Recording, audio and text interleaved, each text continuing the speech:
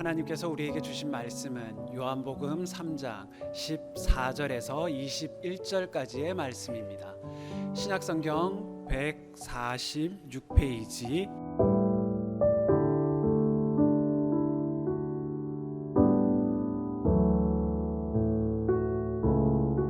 모세가 광야에서 뱀을 든 것 같이 인자도 들려야 하리니 이는 저를 믿는 자마다 영생을 얻게 하려 하심이니라.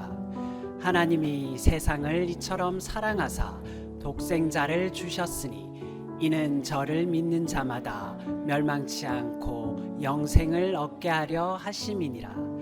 하나님이 그 아들을 세상에 보내신 것은 세상을 심판하려 하심이 아니요 저로 말미암아 세상이 구원을 받게 하려 하심이라.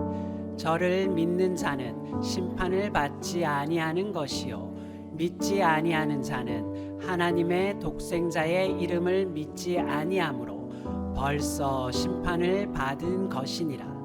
그 정죄는 이것이니 곧 빛이 세상에 왔으되 사람들이 자기 행위가 악함으로 빛보다 어두움을 더 사랑한 것이니라. 악을 행하는 자마다 빛을 미워하여 빛으로 오지 아니하나니 이는 그 행위가 드러날까 하며 진리를 좇는 자는 빛으로 오나니 이는 그 행위가 하나님 안에서 행한 것임을 나타내려 함이라 하시니라. 아멘.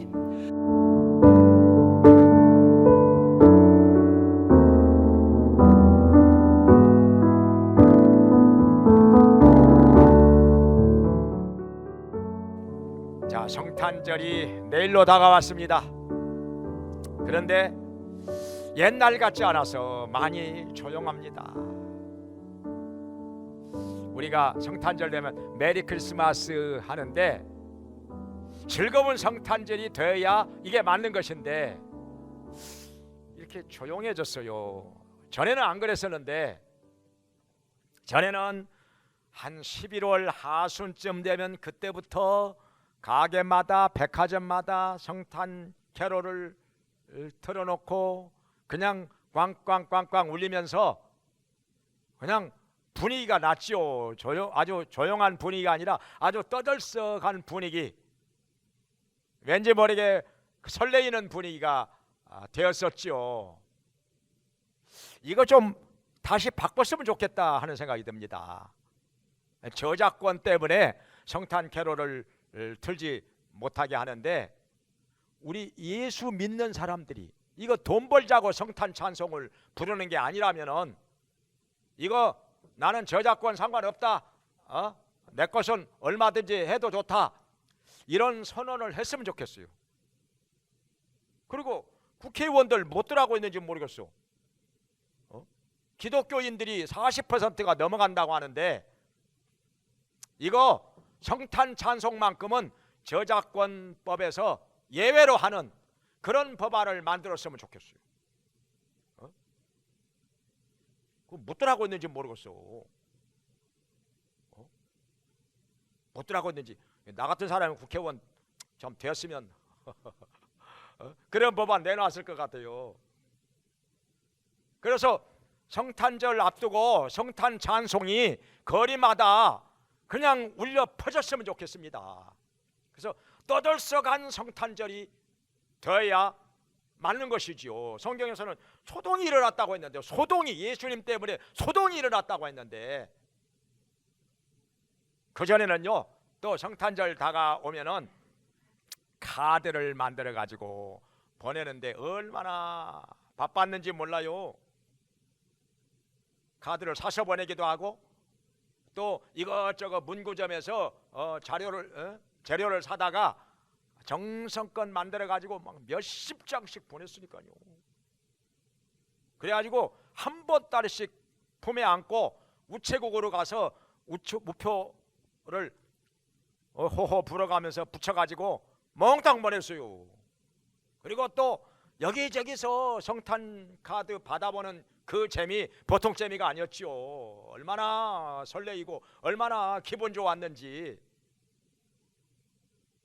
그리고 또 성탄절 되면은 전야 예배도 드리고 여러 가지 이 각 기관별로 발표회도 하고, 그러고 나서 그날 밤에는 밤늦게까지 기관별로 청년회는 청년회대로, 여전대회는 여전대회대로, 남전대회는 남전대회대로 이렇게 서로 선물 교환하면서 서로 막 벌칙도 하고 아주 즐거운 밤 보냈단 말이죠.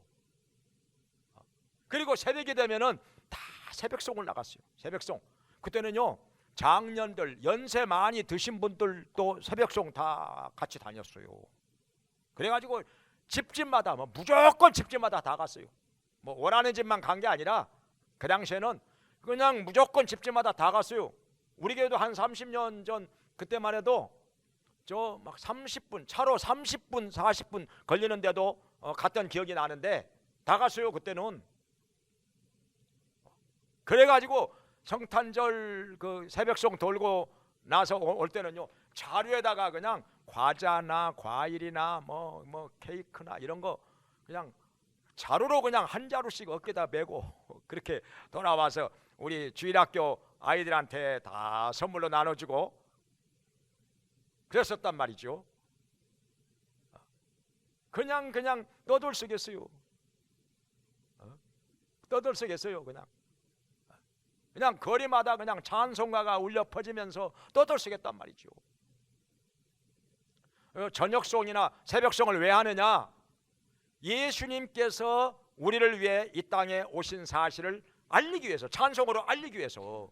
천사가 그렇게 한 것 같이 천사가 이 목자들 들에서 양을 치다가 잠을 자고 있는 목자들 앞에 나타나서 잠 깨워 그냥 찬송으로 예수님께서 이 땅에 오신 사실을 알렸단 말입니다. 이게 찬송의 목적이죠. 예수님 오신 것을 알리는 거, 증거하는 거, 이런 목적이 있었다는 거죠. 잠 깰까 봐서 그게 아니에요. 사실은요 잠자고 있는 목자들을 깨웠어요 천사들이. 그래서 우리가 누구 잠 깰까 봐서 이게 아니에요. 사실은 잠자는 사람 깨워서라도 알려야 돼요. 깨워서라도 알려야 되는 거예요. 찬송으로. 이거 중요한 거니까, 또 기쁜 소식이니까. 그런데 요즘에는요 성탄절 예배를 안 드리는 데도 있더라고요. 우리나라는 거의 다 드리는데 저 유럽 같은 데는 얘기 들어보니까 성탄절 예배 안 드리는 데 있어요. 예배를 드려야죠. 그래야 크리스마스가 뭡니까? 그리스도께 예배 드린다 그런 뜻이잖아요. 마스가 그 예배라는 뜻이잖아요. 마스가 예배. 근데 예배가 없는 크리스마스, 그게 무슨 크리스마스입니까? 이름을 바꿔야지. 크리스마스라고 하지 말고 크리스데이라고 하든지 다른 말로 바꿔야죠. 예수님께 예배 드리는 날이 성탄절이에요. 성탄절. 그게 크리스마스란 말이죠. 예배가 없는 크리스마스란 그건 있을 수가 없는 거죠.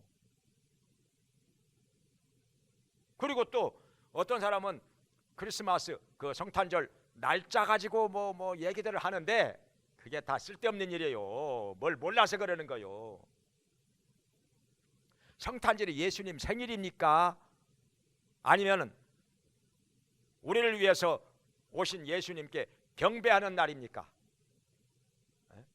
경배, 예배 드리는데 의미가 있는 것이지 예수님께서 생일이라? 물론 어린아이들한테는 알기 쉽게 설명하기 위해서 예수님 생일이란다 이렇게 말하기도 하지만은 사실은 생일이 아니라, 생일이라면은 태어난 날을 가지고 며칠이 맞느냐, 12월 25일이 맞느냐, 1월 6일이 맞느냐 얘기할 만도 하겠지만은 생일이 아니라니까요. 예수님 탄생하신 날 그게 아니에요. 그런 뜻이 아니라 우리를 위하여 예수님이 구세주로 오신 것을 기념하면서 주님께 예배드리는 날이라. 예수님께 예배드리는 날이라고 하는 거, 여기에 의미가 있는 것이고 이게 중요한 것이지. 그러니까 날짜는 그거 가지고 따질 일이 아니라 이 말이요. 날짜는 중요하지 않은 거예요. 예수님께서 우리를 위해서 오신 것을 기념하면서 예배 드리는 거, 여기에 중요한 의미가 있는 것이지. 자, 그래서 우리가 성탄절을 앞두고서 생각해 봐야 될 것이, 예수님께서 우리를 위해서 오셨다고 하는데 왜 오셨느냐 이거죠. 무엇을 위해서 오셨느냐? 여기에 대해서 오늘의 이 본문에서 하나님께서 우리에게, 예수님께서 친히 우리에게 여러 가지로 말씀을 하고 있는 것입니다. 이거 예수님께서 지금요, 밤중에 예수님을 찾아온 니고데모라고 하는 사람에게, 이 사람이 유대인의 관원이거든요. 이스라엘의 지도자지요. 그리고 바리새인이고 아주 학식도 많은 사람이고 백성들의 그 리더급 되는 사람인데, 이 사람에게 예수님께서 지금, 예수님께서 이 땅에 오신 목적이 무엇이냐, 이유가 무엇이냐, 여기에 대해서 지금 설명을 하시는 겁니다. 지금 오늘의 이 말씀이 그 내용인 거예요. 그러면은 자, 세 가지로 나누어서 말씀을 들으면서 깨닫도록 하겠습니다. 첫째로는, 자, 예수님께서 왜 오셨느냐? 독생자로 오셨다는 것입니다. 독생자로. 여기 16절에 말씀하시기를, 하나님이 세상을 이처럼 사랑하사 독생자를 주셨으니 이는 저를 믿는 자마다 멸망치 않고 영생을 얻게 하려 하심이니라. 아멘. 독생자로 오셨다는 거예요. 독생자가 무슨 의미냐? 하나밖에 없는 아들이라. 근데 이게 좀 뉘앙스가 있습니다. 그냥 아들 하나 낳았다고 다 독생자냐? 어떤 사람은 자기 아들이 독생자라 이렇게 주장을 하면서 그러던데, 그건 너무 뭘 모르는 거죠. 모르는 거죠. 아들 하나 있다고 독생자입니까 다? 그러면 이 땅에 독생자가 얼마나 많게? 근데 그 양반은 자기 아들은 독생자고 자기는 또 메시아 나라의 왕이라고 주장을 하니까 이건 이단도 한참 이단이죠. 한국 교회가 근데 여기에 대해서 별로 말을 안 해요. 왜 그런지 몰라. 왜 그렇게 잠잠한지. 떠들어야죠. 이단이라고 떠들어야죠. 이단이라고 얘기해야죠. 비판해야죠. 이단을 이단이라고 안 하면 그게 죄요. 그게 잘못된 것이죠. 도적이 오면은 개가 짖어야 되는 거요. 그래야 도적을 안 맞지요. 이단을 이단이라고 안 하면 그게 죄라. 그게 잘못이라. 바울처럼 이단은 이단이라고 분명하게 얘기를 해야 됩니다. 그래야 성도들이 미혹이 안 되는 거지요. 거기에 안 넘어가는 거지요. 이단에 대해서는 우리가 지적도 하고 비판도 하고 경계를 해야 됩니다. 그래야 거기에 안 빠진단 말이죠. 목자들은, 모든 목회자들은 성도들이 이단에 안 빠지도록 미리미리 경계를 하고 깨우쳐 줘야 할 책임이 있는 것입니다. 이단에 안 빠져야지요. 이단에 빠지면 그 영혼이 파멸을 당하고 지옥에 떨어질 텐데, 그 얼마나 안타까운 일이고 불쌍한 일입니까? 그래서 독생자라고 하는 말은 예수님에게만 사용하는 단어라고 하는 거, 성경에서 말씀하셨습니다. 여기 요한복음 1장 18절에 보면은, 본래 하나님을 본 사람이 없으되 아버지의 품속에 있는 독생하신 하나님이 나타내셨느니라, 이렇게 말씀하고 있습니다.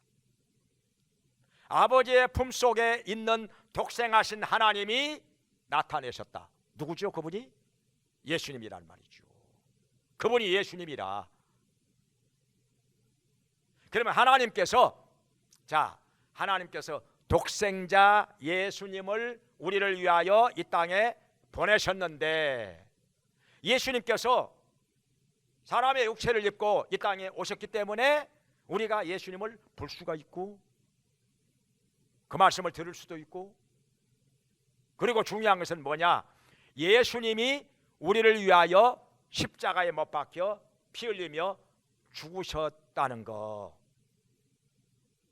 예수님께서 우리를 위하여 죽으심으로 그리고 3일 만에 다시 살아나심으로 우리의 구세주가 되셨다고 하는 거, 이게 중요하다는 거예요.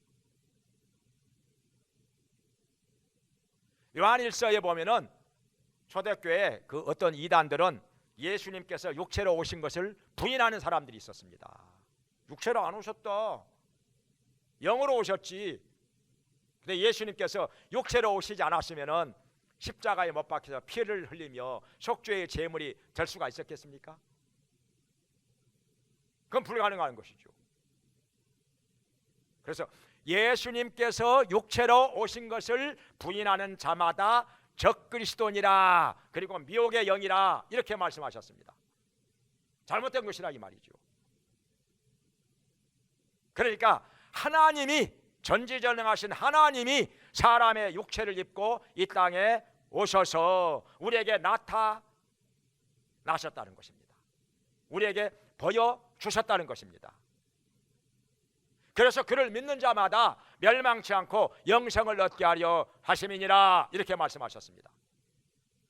왜 예수님 오셨느냐? 예수님을 믿는 자마다 멸망하지 않고 지옥에 떨어지지 않고 영생을 얻게 하시려고, 영생을 얻어서 천국에 들어가게 하시려고 예수님이 우리의 구세주로 오셨다는 것입니다. 이게 중요한 것이죠. 예수님께서 이 땅에 오셔가지고 여러 가지 좋은 말씀들 많이 하셨는데 우리에게 어떤 도덕적으로 철학적으로 좋은 교훈을 주시는 거, 이게 목적이 아니라, 이게 목적이 아니라 우리에게 구원받는 길을 가르쳐 주시기 위해서 오셨다는 것입니다. 그래서 이런저런 여러 가지 말씀을 하시는데 그 말씀의 내용이 무엇이냐? 구원의 길을 가르쳐 주는 거예요. 천국 가는 길을 가르쳐 주는 것입니다. 멸망하지 말라는 것이죠. 지옥에 떨어지지 말라는 것입니다. 그래서 예수님이 이 땅에 오신 것은 하나님께서 독생자를 보내주신 것이다. 그리고 그를 믿는 자마다 멸망치 않고 영생을 얻게 하려 하심이니라. 할렐루야. 그래서 우리가 예수님을 통해서 그를 믿음으로 영생을 얻었을 때 그 의미가 있는 것이죠. 예수님을 믿지 않으면 영생을 얻지 못하고, 영생을 얻지 못한다면은 예수님께서 이 땅에 오신 것이 아무런 의미가 없는 거예요. 그 사람에게는 아무런 의미가 없는 거예요. 예수님께서 오셨는데도 그를 믿지 않아 가지고 멸망을 당한다면 예수님께서 오시나 마나 아무런 의미가 없는 것이라 그 사람에게는 부상한 것이죠. 그래서 예수님께서 이 땅에 독생자로 오신 목적이 우리가 그를 믿어 영생을 얻음으로 말미암아 그 목적이 이루어지기를, 그리고 하나님의 사랑이 나타나기를 간절히 축원합니다. 그 다음에 두 번째로 또 예수님께서 이 땅에 오신 목적을 뭐라고 말씀하시나요? 여기 14절에 보면은 모세가 광야에서 뱀을 든 것 같이 인자도 들려야 하리니 이는 그를 믿는 자마다 영생을 얻게 하려 하심이라, 이렇게 말씀하셨습니다. 그러니까 십자가에 달려 죽으시기 위하여 이 땅에 육체로 오셨다는 것입니다. 육체로 오셨다는 거. 그거 아니라면은 육체로 안 오셨어도 되는 거죠. 예수님께서 육체로 오심으로 말미암아 십자가에 못 박혀서 피를 흘리며 속죄의 제물이 되어 주셨다는 것, 이게 중요한 의미가 있다 하는 것입니다. 이것은 무엇과 같은 거 아니? 지금 예수님께서 한 가지 비유를 들어서 말씀을 하십니다. 모세가 광야에서 뱀을 들었다 하는 것은 무슨 말씀이냐? 이스라엘 백성이 모세를 따라서 애굽에서 나와가지고 광야를 지나서 거친 모래밭길을 걸어가는데, 이 사막길을 걸어가는데 얼마나 그 길이 거칠고 힘들었던지, 그리고 햇볕은 쨍쨍 내리쬐고 얼마나 더웠는지, 그래가지고 원망하고 불평을 했던 거예요. 근데 이게 잘못된 것이기는 하지만은 한편으로 이해는 갑니다. 이해는 가요. 그들이 옳다는 말은 아닙니다. 이해는 간다고 말이에요. 성지순례에 갔을 때 가이드가 우리들 그 사막 체험을 하게 한다고 하면서 아침에 일찍이 깨워가지고 아침에 일찍 나갔어요. 1시간 넘게 걸어가서 이 모래밭길로, 사막길로 걸어가는데 얼마나 힘든지, 발이 풍풍 빠지고 그냥 얼마나 힘들어. 한 3배 4배 힘든 것 같아요. 그래가지고 그 사막 한가운데 가서 거기서 아침 예배 드리고, 그러고 나서 다시 돌아오는데 또 1시간 남짓, 그러니까 합해서 한 2시간 반 정도 사막길을 걸었던 것 같습니다. 얼마나 발이 풍풍 빠지면서 힘이 드는지 그냥 힘들어요 정말. 거기다가 이제 아침에 해가 뜨니까 얼마나 햇빛이 쨍쨍 내리쬐고 뜨거운지. 그러다가요 평지를 걸어가는데, 사막길 끝나고 평지를 날아가는 것 같아요. 진짜 막 붕붕 떠서 날아가는 것 같아요. 몸이 이렇게 차이가 나는 거예요. 평지 걸어갈 때하고 모래밭길 걸어가는 것하고 이렇게 차이가 나요. 그러니까 이스라엘 백성이 원망하고 불평을 할 만도 했다, 그런 생각이 듭니다. 잘못된 것은 잘못된 것이지만은, 근데 이 사람들이 이렇게 길이 왜 이렇게 거칠고 험하냐 원망하고 불평하니까 하나님께서 진노하셔가지고 불뱀을 보내십니다. 독사뱀이 나타나가지고 이스라엘 백성들을 막 물어요. 소리 지르면서 쓰러집니다. 그리고 몇 시간 만에 죽어갑니다. 막 여기저기서 사람들이 죽어갑니다. 그건요 몇 시간 만에 다 죽는답니다. 그거 물렸다면. 그렇게 독이 강한 것입니다. 그러니까 모세가 하나님 앞에 엎드려서 이 백성을 불쌍히 여겨달라고 기도하니까 하나님께서 응답하시기를, 놋으로 뱀을 만들어 장대에 매달아라. 그것을 쳐다보는 자는 살리라.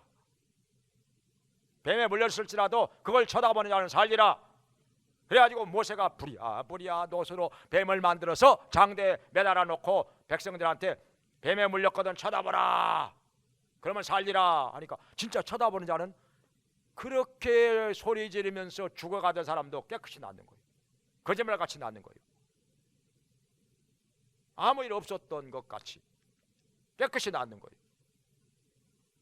그걸 가지고 지금 예수님께서 이렇게 광야에서 모세가 뱀을 장대에 매달아 놓고 그걸 쳐다보는 자는 살리라 했던 것 같이, 예수님이 십자가에서 우리의 죄를 짊어지고 매달려 가지고 피를 흘리며 죽으실 것을 말씀하신 것입니다. 그래서 그 십자가에 우리의 모든 죄를 짊어진 채 속죄의 제물이 되어서 피를 흘리며 죽으시는 예수님, 그 예수님을 바라보고 믿는 자마다 영생을 얻게 하려 하심이니라. 아멘. 우리가요 하나님 앞에 다 죄인 아닙니까? 말씀대로 살지 못해서, 하나님 뜻대로 살지 못해서 다 죄인이 되었습니다. 죄인 아닌 사람 아무도 없다고 말씀했습니다. 죄가 없다고 말하는 사람은 진리를 몰라서 그런다는 거예요. 진리를 몰라서, 죄가 뭔지를 몰라서. 근데 진리를 알고 나면은 그 말씀 앞에 자신을 비춰볼 때 나도 죄인이구나, 나도 죄인이구나 깨닫게 된다는 거지요. 인정한다는 거지요. 그런데 그 죄의 삭은 사망이라 지옥의 형벌이라 말씀을 하셨는데, 우리가 예수님을 믿어가지고 그 십자가에서 흘리신 피로 죄 사함을 받으면 구원을 받는다는 것이죠. 천국에 들어간다는 것입니다. 예수님의 피 흘리심을 통해서만 우리의 죄가 사함을 얻게 된다, 이렇게 말씀하셨습니다. 성경에 말씀하시기를 피 흘림이 없은즉 죄 사함이 없느니라, 히브리서 9장 22절에 말씀을 하셨는데, 죄 없으신 예수님께서, 하나님의 아들이신 예수님께서 우리의 죄를 위하여 십자가에서 피를 흘리며 죽으셨기 때문에 우리가 그를 믿어 죄 사함을 받고 깨끗하게 씻음을 받고 하나님 앞에 나아가서 구원을 받게 된다, 영생을 얻게 된다는 말씀입니다. 할렐루야. 그 다음에 세 번째로 예수님께서 왜 오셨느냐 하면은, 여기 세 번째는 빛으로 오셨다는 거예요. 빛은 뭐 하는 겁니까? 어둠을 밝히는 거죠. 빛이 있으면 어둠이 물러납니다. 그래서 사람들이 그 빛을 보고 예수님께로 나오게 된다는 것입니다. 근데 안 나오는 사람들이 있어요. 나오기 싫어하는 사람들이 있어요. 여기 20절에 말씀하시기를 악을 행하는 자마다 빛을 미워한다는 거예요. 빛으로 나오기를 싫어한다는 것입니다. 왜냐? 자기 악한 행위가 빛 가운데 드러날까 함이니라, 이렇게 말씀하셨습니다. 그러니까 도둑이나 뭐 강도나 이런 죄를 지은 사람들이 경찰서 앞에 지나가는 거 좋아합니까? 자기가 죄 지은 거 알 리가 없지만은 왠지 경찰서 앞에 지나가는 건 싫은 거예요. 꺼려지는 거예요. 그래서 제 말이 재린다고 그러잖아요. 이와 같이 하나님께서 뭐라고 말씀 안 하시는데도, 예수님께서 뭐라고 말씀 안 하시는데도 악을 행하는 자들은 빛으로 나오기를 싫어한다는 거예요. 그냥 어둠이 좋아, 깜깜한 데가 좋아. 그래서 계속해서 어둠 속에 다니는 것을 좋아한다는 것입니다. 빛으로 나오기를 싫어한다는 거예요. 이 핑계 저 핑계 대고, 핑계는 여러 가지 되겠지요. 그러나 그것은 핑계일 뿐이지 진짜 이유는 자기의 악한 행실이 빛 가운데 드러날까 하여 빛으로 나오기를 싫어한다는 것입니다. 근데 우리가 빛 가운데로 나오게만 하면은 비록 죄인이라 할지라도, 사실 죄인 아닌 사람 어디가 있습니까?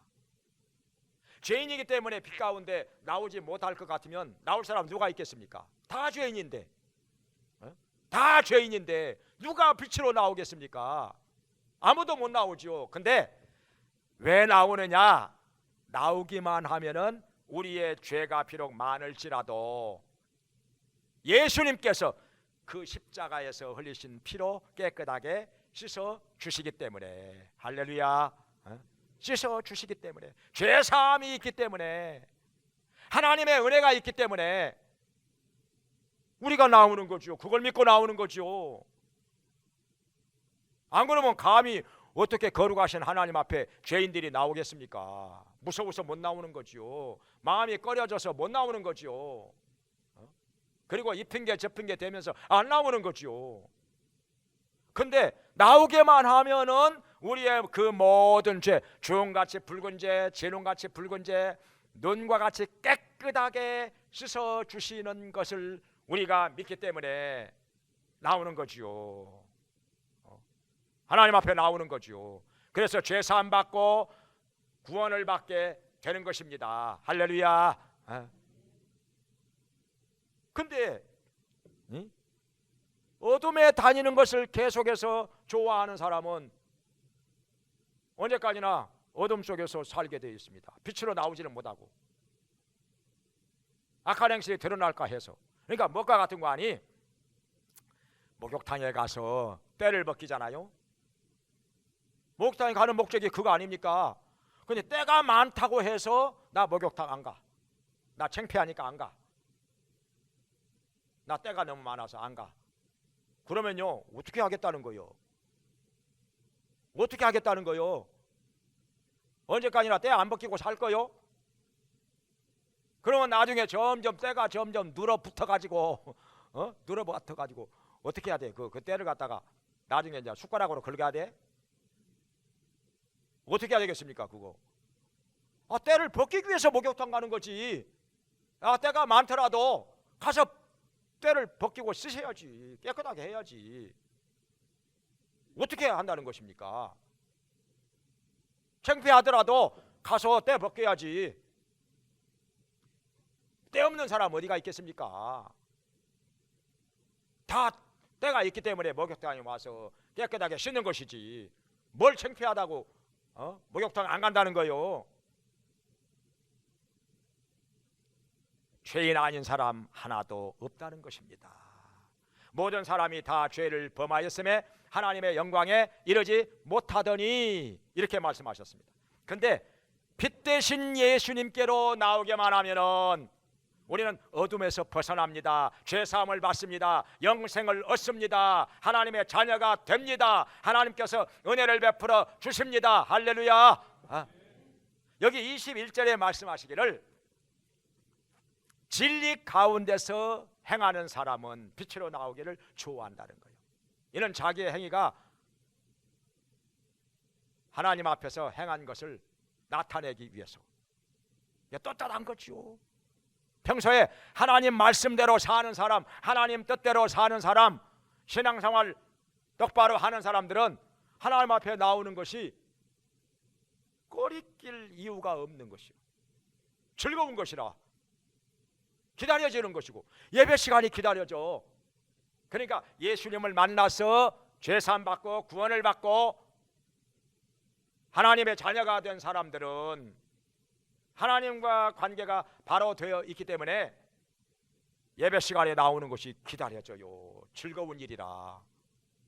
우리 주님 사랑하기 때문에, 또한 하나님의 사랑을 깨달았기 때문에, 나를 그렇게 사랑하시는 하나님, 독생자 예수님을 십자가에 못 박혀 죽게 하시면서까지 나를 구원해 주신 하나님의 사랑을 깨달았기 때문에 하나님 앞에 나오는 것이 기다려지는 것이고 즐거운 일이라. 어떻습니까? 예배 시간이 기다려집니까? 여러분은 예배 시간이 기다려집니까? 아니면 억지로 끌려 나옵니까? 억지로 끌려 나와?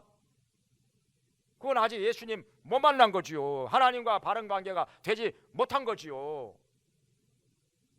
그거 해결해야 됩니다. 그거 언제까지나 예배 시간에 억지로 나와? 예수님 만나고 구원을 받아가지고 하나님과 올바른 관계 속에서 내 속에 은혜가 넘치고 평강이 넘치고 사랑이 넘치고 체험도 있고 확신도 있고 소망도 있고, 그런 가운데서 예배 시간이 기다려지고 즐거운 시간이 되어야 하지 않겠어요? 남녀가 서로 만나는데 만나는 것이 그냥 억지로 만나, 그러면 결혼하지 말아야 돼요. 그런 결혼은 하면 안 되는 거예요. 사랑도 없는 결혼 그거 해서 뭐합니까? 그거 불행하게 될 것이 뻔하지요. 안 보면 보고 싶고, 날마다 만나도 또 만나고 싶고, 만나면 기다려지고, 만나면 그 시간이 시간 가는 줄 모르고, 그래야죠. 옛날에 그런 노래가 있었거든요. 헤어지면 그리웠고 만나보면 시들하고 몹쓸 건 인내심사. 그 결혼해야 돼요, 말아야 돼요, 이런 사람은? 이래도 결혼해야 됩니까, 이런 사람? 이건 사랑이 아니죠. 서로 사랑하면은 날마다 만나고 싶고, 만나면 헤어지기가 싫고, 그냥 시간 가는 줄 모르고 별것 아닌 얘기하면서도 너무너무 즐거워. 그 남녀가 만나서 얘기하는 거 들어보면요, 별로 다 긁어 모아도 꼬막 껍질로 하나도 안 돼. 뭐 별 값어치도 없는 얘기들, 그런데도 마냥 즐겁고 행복하고 헤어질 줄 몰라. 그리고 다음 날 또 만나고 또 만나고. 그게 사랑 아닙니까? 그런 사람이 결혼해야죠. 그래야 행복한 가정이 되는 거 아니겠습니까? 이렇게 정말 빛 가운데서 사는 사람은 예수님 만나고 구원을 받은 사람, 그리고 그 은혜와 사랑을 체험한 사람은 이렇게 예배 시간이 기다려줘. 그리고 말씀 듣는 시간이 시간 가는 줄 몰라. 너무너무 좋아. 은혜가 넘쳐, 기쁨이 넘쳐. 그리고 기도하는 시간이 너무너무 즐거워. 우리가 찬송하잖아요. 내 기도하는 한 시간, 그때가 가장 즐겁다. 근데 예수님 아직 만나지 못한 사람들은요, 아니 한 시간이나 기도를 어떻게 해? 나는 5분도 긴데 더 이상 할 말도 없는데 뭐 한 시간 기도하는 한 시간이 가장 즐겁다고? 나는 그거 이해가 안 돼. 그런 사람들이 있을 거예요. 체험을 안 해봤으면 이해가 안 되죠. 그냥 끔찍하죠. 뭐 기합 받는 것 같을 건데 어떻게 한 시간 기도를 해? 그게 무슨 즐거워? 체험이 없는 사람은 이게 이해가 안 돼. 이거 설명해 가지고 이해할 수 있는 일이라 내가 체험을 해야지요. 우리가 이 빛으로 오신 예수님을 모두가 만나고 영접하고 체험하기를 바랍니다. 그리고 우리가 다른 사람들을, 믿지 않는 자들을 예수님께로 인도할 때도 이걸 설명을 해야 됩니다. 예수님께서 왜 오셨는지, 우리가 예수님을 믿으면 뭐가 좋은 건지 그걸 얘기를 해주면서 전도를 해야, 설득을 해야 예수님께로 기꺼이 나올 거 아닙니까? 근데 예수님을 왜 믿어야 되는지 그 이유도 설명을 안 해주고 그냥 무조건 믿으라고, 무조건 나오라고 하면 누가 나옵니까? 그거 전도가 안 되는 거죠. 그거.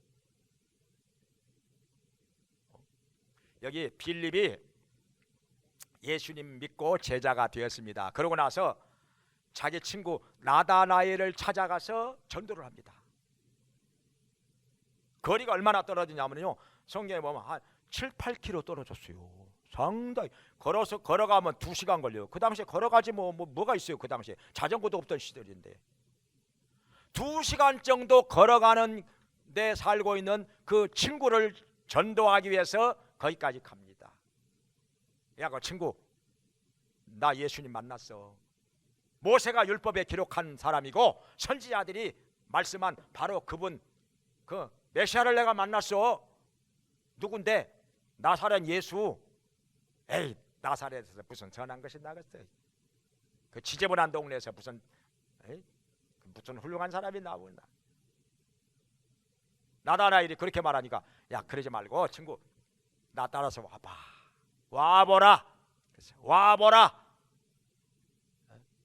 그러니까 나다나엘이 호기심 반 해가지고 따라갑니다. 직접 한번 만나보고 자기가 판단을 내리기 위해서. 그 집에 가만히 앉아서 결론을 내릴 수는 없는 거 아닙니까? 이 중요한 문제를, 자기 영혼이 걸린 문제인데. 그래가지고 친구를 따라서 예수님께로 갔다가 그냥 예수님이 우리의 구세주인 것, 하나님의 아들인 것을 깨닫고 무릎을 꿇습니다. 주님, 내가 보니 하나님의 아들이시고 세상에 오시는 그리스도입니다. 제가 믿나이다 하면서 무릎을 꿇고 그리고 예수님의 제자가 됩니다. 왜냐하면 예수님께서 자기의 마음속에 있는 것까지 다 아시는 거예요. 과거에 뭐 전에 있었던 일 다 아시는 거예요. 아무도 모를 건데 예수님은 다 아시는 거예요. 이야, 이건 보통뿐이 아니다. 하나님의 아들이다, 구세주다 깨닫고 믿고 그의 제자가 됩니다. 그래가지고 이 나다나엘이 예수님의 12 제자 중에 한 사람인 바돌로메가 바로 나다나엘입니다. 바돌로메 12 제자 중에 한 사람이 돼. 그러니까 우리가 전도할 때는 내가 체험을 해야 돼요. 내가 깨닫고 내가 체험하고 내가 은혜 받은 상태에서 이것을 가지고 전도를 해야 설득력 있게 전도를 할 수 있다는 것입니다. 나도 확신이 없는데, 나도 체험을 하지 못했는데 누구한테 전도를 합니까? 누구한테 믿으라고 하겠습니까? 어떻게 설명을 합니까? 이걸 나도 긴가민가 하는데 뭘 설명을 해요? 그러니까 내가 먼저 예수님 만나고 구원을 받고 체험을 하고 기도의 응답도 받고 그런 상태에서 다른 사람에게 전도를 할 때 예수님께서 이 땅에 왜 오셨는지, 무엇을 위해서 오셨는지, 예수님 믿으면 어떻게 되는 것인지, 이걸 얘기를 해줘야 설득력 있게 전도가 된다는 것입니다. 이렇게 해서 많은 잃어버린 자들을 예수님께로 인도하는 주님의 신실한 제자들 되시기를 주의 이름으로 축원합니다. 기도하겠습니다. 자비로우신 하나님 아버지, 예수님께서 이 땅에 독생자로 오셔서 믿는 자마다 영생을 얻게 하시고 십자가 달려 피 흘려 죽으심으로 말미암아 믿는 자들이 죄사함 받고 구원을 받게 하셨으니 주님 감사합니다. 우리 모두가 다 예수님을 구주로 믿어서 영생을 얻게 해주시고 빛 가운데서 살게 해 주시옵소서.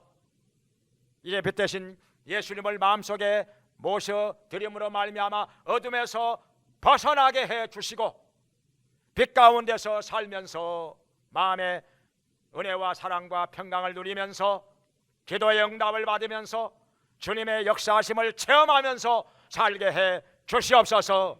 또한 믿지 않는 자들을 불쌍히 여기는 마음으로 그들에게 예수님께서 이 땅에 오신 이유를 설명하면서 예수님께로 인도하게 하여 주시옵소서. 우리도 빌립처럼 전도자로 살게 하여 주시옵소서. 예수님의 이름으로 기도합니다. 아멘.